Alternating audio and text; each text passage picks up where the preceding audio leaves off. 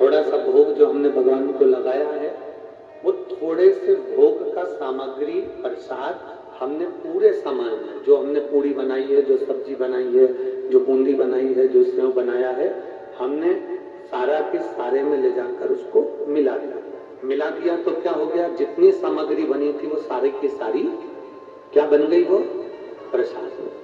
भोग कितना लगाया था, थोड़ा सा ले जाकर हमने उस पूरी सामग्री में उसको डाल दिया। जब पूरी सामग्री में डाल दिया तो वो सारा भोग हो गया, सबकी सब वो भोग प्रसाद हो गया, सारा की सारा वो भोग।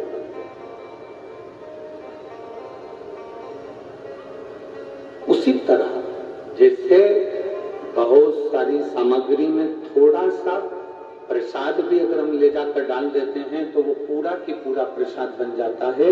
उसी तरह 21,600 श्वास में से अगर 2 श्वास में भी हम शिव का नाम ले लेते हैं तो हमारी पूरी श्वास शुद्ध हो जाती है, शिवमय हो जाती है, भगवान शंकर की भक्ति में रम जाती है। भगवान शिव की विरल भक्ति में वो श्वास विलीन हो जाती है।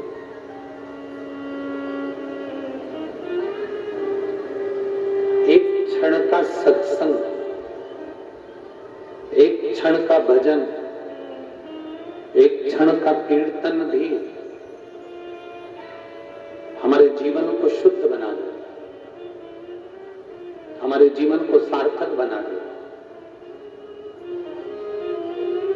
जरूरी नहीं कि आप बहुत घंटों तक भगवान के मंदिर में बैठे रहें, बहुत घंटों तक।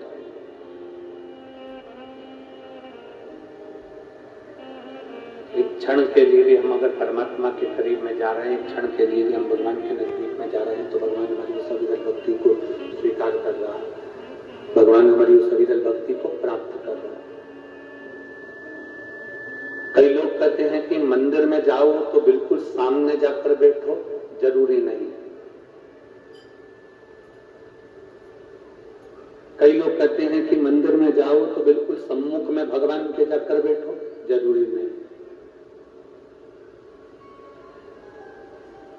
यहां इतने शिव भक्त कथा को श्रवण करने के लिए आए, लाखों की संख्या में पहुंचे, चिलचिलाती हुई धूप में बैठे हैं। कई लोग ऐसे भी बैठे हैं जिनको हम 3 दिन कथा के हो गए, उसमें हम एक बार भी दिखे भी नहीं हैं। कई ऐसे भी बैठे हैं जिनको हम दिखे भी नहीं। पर शिव महापुराण की कथा कहती है कि आप चिंता न करिए,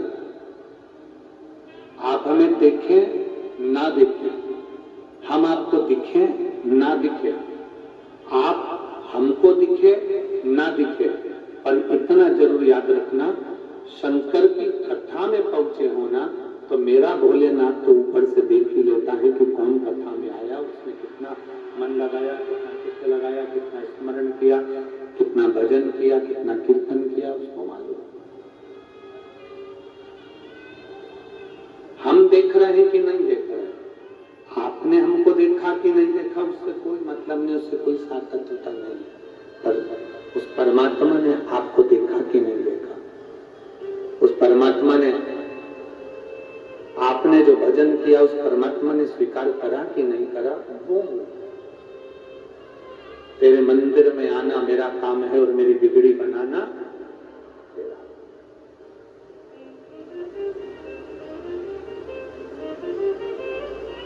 कई लोग ऐसे होते हैं, उनके स्मरण में आता है कि हम उस कार्यक्रम में गए तो उन्होंने हमको देखा कि नहीं देखा।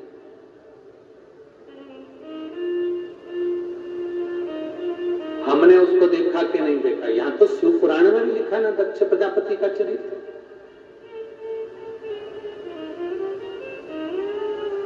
दक्ष प्रजापति ने इतने लोग प्रणाम करे, पर दक्ष प्रजापति ने किसी को देखा कि नहीं देखा। पर दक्ष प्रजापति के जितने दामाद थे, उन सबने दक्ष प्रजापति को प्रणाम करा। एक एक दामाद ने उनको नमन करा, एक एक दामाद ने उनको प्रणाम करा। दक्ष प्रजापति के एक एक जमाई ने उनको प्रणाम करा।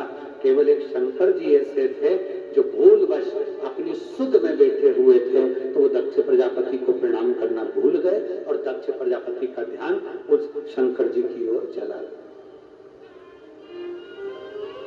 शिव जी की ओर तो इनको बड़ा उनको आसपास लगे। दक्ष प्रजापति का ध्यान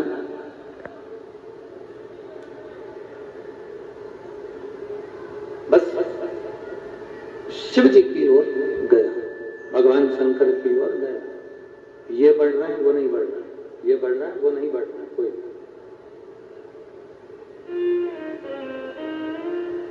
अब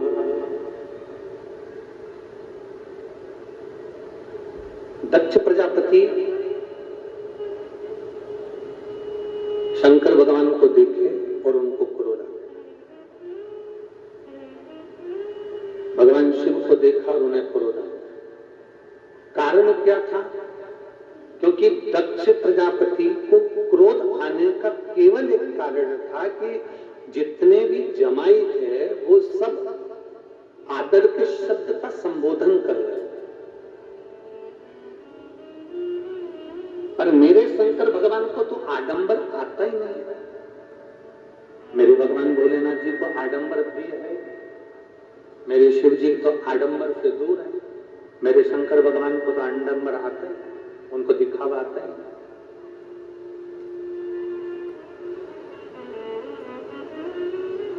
मेरे शिव जी को कोई आडंबर नहीं आता, उनको कोई दिखावा नहीं आता। मेरे शंकर भगवान को कोई आडंबर नहीं, ना उनको दिखावा आता, ना वो देखते आडंबर। दक्ष प्रजापति की कई कन्याओं का विवाह हुआ और कई जमाई उस सभा के अंदर बैठे हुए हैं, कई जमाई उस सभा के अंतर्गत विराजमान। और जितने दामाद जितने जमाई उस सभा के अंदर बैठे हुए हैं, जितने दामाद उस सभा में बैठे हैं, सब दक्ष प्रजापति का गुणगान कर रहे हैं, दक्ष प्रजापति का बखान कर रहे हैं, सब।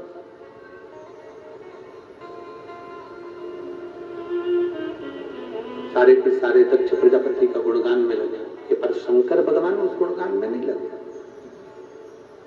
शिव जी उस गुणगान में नहीं लगे। शंकर भगवान आडंबर से दूर रहे, शिव जी आडंबर से बहुत दूर है, मेरे भोलेनाथ दिखावे से बहुत दूर है। और जब मेरे भोलेनाथ दिखावे से दूर हैं, आडंबर से दूर हैं, तो दक्ष प्रजापति को लगा कि इसने तो मेरा गुणगान किया ही। दक्ष प्रजापति को लगा इसने मेरा गुणगान नहीं किया, दक्ष प्रजापति को लगा इसने मेरा गुणगान नहीं किया, इसने मेरा बखान नहीं किया, नहीं किया तो क्रोध आया। जब गुणगान नहीं करा तब क्रोध आया। क्रोध इस बात के लिए नहीं आया कि शिव जी ने प्रणाम नहीं करा, शंकर भगवान ने नमन नहीं करा, शिव जी प्रणाम नहीं कर रहे हैं, शंकर भगवान नमन नहीं कर रहे हैं, शंकर भगवान प्रणाम नहीं कर रहे हैं। प्रणाम नहीं करा उसका भाव नहीं, प्रणाम यहाँ गुणगान नहीं करा, यहाँ बोला नहीं है।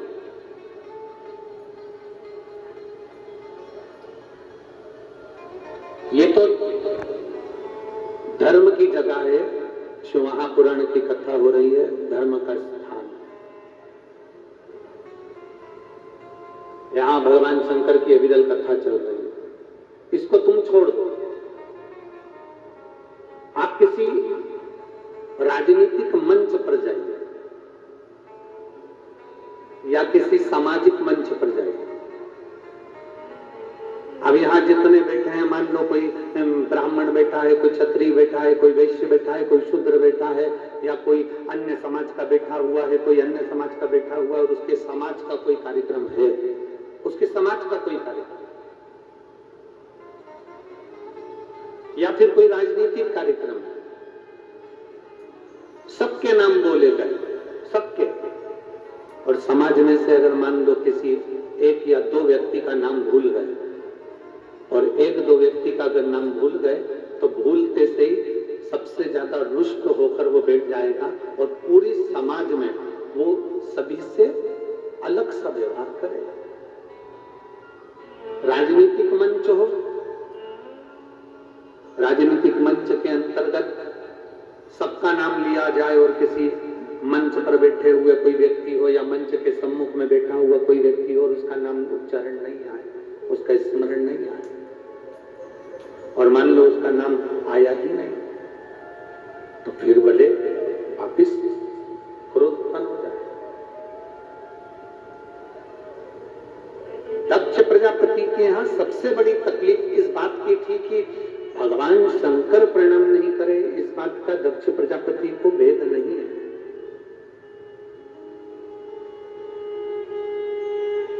दक्ष प्रजापति के मन में जो बात कचूटी गई, दक्ष प्रजापति के हृदय में जो बात कचूटी गई, वो बात केवल इतनी सी है कि शंकर गुणगान नहीं करता, शिव गुणगान नहीं करता।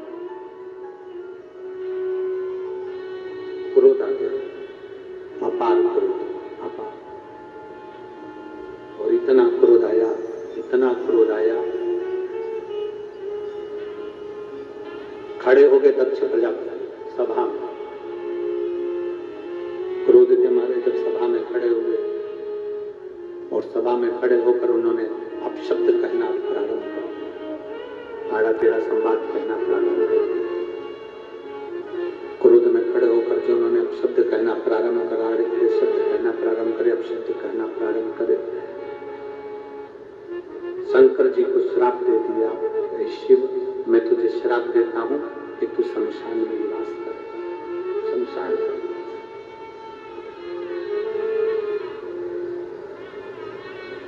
एक गुणगान नहीं करा, एक थोड़ा सा शब्द नहीं कहा तो क्रोध आ गया।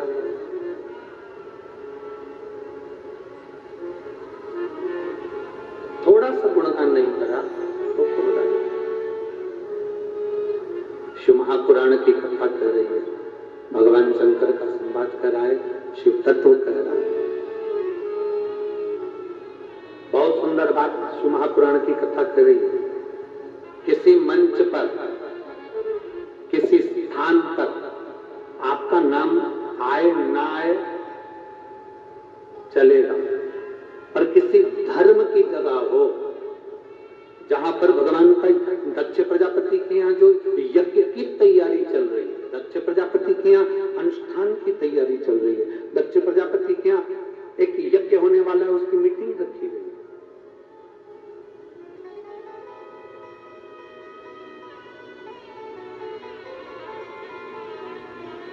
दक्ष प्रजापति के यहाँ एक यज्ञ होने वाला है, उसकी एक सभा रखी गई। राजनीतिक मंच पर तुम्हारा नाम ना आए, आप रुष्ट होइए, मना नहीं। सामाजिक मंच पर आपका नाम ना आए, आप रुष्ट होइए, मना नहीं। पर शिव महापुराण की कथा कहती है, पर कहीं धार्मिक अगर मंच है और कहीं यज्ञ हो रहा है, कहीं अनुष्ठान हो रहा है, कहीं मंदिर की प्राण प्रतिष्ठा हो रही है, कहीं भगवान का भजन हो रहा है, कहीं शिव पुराण, कहीं भागवत, कहीं रामायण, कहीं कथा चल रही है, और उस मंच से मान लो भूलवश आपका नाम नहीं आया ना, तो भगवान से प्रार्थना करना, अच्छा हुआ तूने मेरा नाम नहीं